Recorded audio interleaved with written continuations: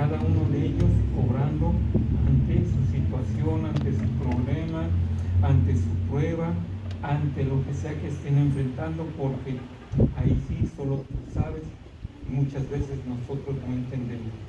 Te pedimos también por los enfermos, Señor, los que están presos, los que están privados, Señor, de esa libertad. Seas tú con ellos, Padre, porque no tienen esa dicha como nosotros de poder salir y llegar a tu casa para como congregación poder buscarle tu rostro, Señor. Gracias, Señor, por este día, y te pedimos que abras tú el entendimiento, Señor, que nos des, Señor, esa posibilidad de comprender y atesorar lo que tú tienes para nosotros a través de tu palabra. Te damos gracias así en el nombre de tu Hijo Cristo Jesús. Amén. Amén. Y damos gracias también por quienes nos visitan, que si es la primera, segunda vez. Bienvenidos a esta su casa. Aquí tienen este lugar donde pueden congregarse, pueden buscar de Dios y donde son bienvenidos. Amén. Amén. Si gustan pueden tomar asiento. Bien, el día de hoy es la cuarta clase que estamos hablando acerca de la iglesia. Ya hemos hablado de algunos temas sobre de dónde surge, por qué la conocemos, por qué sabemos quién es, quién la fundó, de dónde salió, en qué época, en dónde se habló desde antes del Nuevo Testamento de esta iglesia, y que también se podían encontrar otras que se llamaban iglesias. Pero ¿en qué nos basamos nosotros para decir sí, yo pertenezco a la iglesia de Jesucristo y no a ninguna otra? ¿Por qué? Porque miren, es muy conocido que hoy en día se basan en algunas cosas y que dicen, no, es que eso ya fue establecido así. Pero miren, hasta dónde llega el punto de que el mismo hombre cambie esas ideas. ¿Sí? Y sabemos que Dios habló a Moisés para decirle cómo debía de comportarse su pueblo, en qué debería de creer, a qué debería de justificarse. ¿Sí? Dio esos mandamientos y muchos dijeron, no, sí hay que seguirlos. Pero después de un tiempo, ¿cómo fue? Que en vez de estudiarlos, atesorarlos en el corazón, se los memorizaron, se los aprendieron de memoria y luego los interpretaron a su beneficio. El caso del cual sabemos en el Antiguo Testamento se hablaba mucho después de que ya sabían de esos mandamientos, les decían o hablaban a Jesús, no, si todo esto fue hecho y además el Señor lo permitió, porque tuvimos a quien nos decía que sí era permitido porque como estaba escrito, así lo podemos hacer, pero no es cierto. Fíjense, cuando Dios dijo, desde el principio no ha sido así. ¿Y a qué se refiere? Muy simple, vamos con ese ejemplo. El hombre decía, la frase, lo que Dios ha unido, no lo separe el hombre. Pero ellos le contestaron a Moisés, había permitido divorcios fáciles y que todo el mundo lo está haciendo. ¿Y qué fue hecho eso? Claro, ¿por qué no? ¿Quién lo permitió? No fue Dios.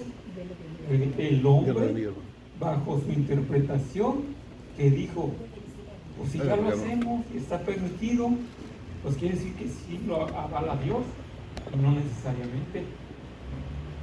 Por eso nos dice que no hay que agregarle ni quitarle nada a su palabra, y que debemos de saber que está escrito por una razón, y así lo ha preservado Dios, no es el hombre.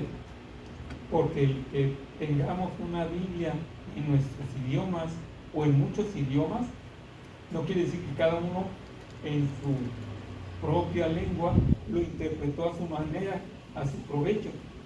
Porque si no, no sabíamos de qué hablan los salmos, tanto en México como en China, como en África, como en el resto del mundo. ¿Por qué? Porque así lo quiso Dios y así lo permitió, que su palabra se protegiera, se conservara así como desde un principio. Pero dice, Jesús dijo, desde el principio no ha sido así. Así es. ¿Por qué? Porque eso quería decir que sin importar cómo el hombre había cambiado el plan de Dios, porque no era el plan del divorcio, y esto como ejemplo, eso no quiere decir que Dios lo permitió tal cual. El hombre, con su interpretación y con aquellos que... Sí, ahorita se los voy a dar, pero empezamos en Mateo 19:3. Sí, ahorita se los voy a compartir. Ya que me dijeron la semana pasada, nos hacen falta textos, tengo preparado una relación para compartírselos. Y bueno, decíamos que ese plan, así como fue el plan de matrimonio, Dios no lo estableció así, pero el hombre con su interpretación lo fue cambiando. Y bueno, decimos, la voluntad de Dios ha sido la misma desde el principio, en los antiguos tiempos, en los nuevos y en la época moderna. No ha cambiado. ¿Sí? Porque si fuera así, no hubiéramos podido llegar a estos tiempos. Porque sabemos que si nuestro Señor ve que esa maldad se incrementa, que se contagia, crece a tal grado de que ya no tiene salvación el mundo, Él puede tomar la decisión. Pero ¿sabe por qué no lo hace? Porque Él no falla en su creación. La creación es perfecta. Él la hizo. Y también es así que el enemigo lo sabe y por eso lucha en toda oportunidad, en todo tiempo, en todo momento, de hacer caer a la creación. Es decir, avergonzar a nuestro Señor, de decirle, mira, no que tu creación, que lo mejor que has hecho, que a imagen tuya y mira, a Dios no le preocupa eso porque sabe quién es. Y sabe que su creación, lo que Él hizo, no va a fallar.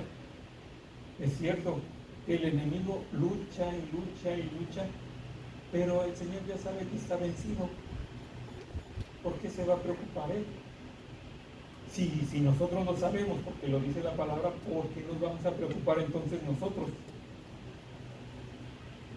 No hay que preocuparnos de que, Él nos está ganando, nos va a vencer. No, simplemente sigue creyendo en lo que Dios dijo, en sus promesas. ¿Sí? Porque aunque nos veamos, yo ya no sé cómo no salgo de una para entrar en otra, y puras pruebas, puras trampas, puros dardos. No, es simplemente sigue creyendo. Tu fe, que tanto entrenas a tu fe para que puedas soportar lo que enfrentas. Y bueno, entonces, si nosotros buscamos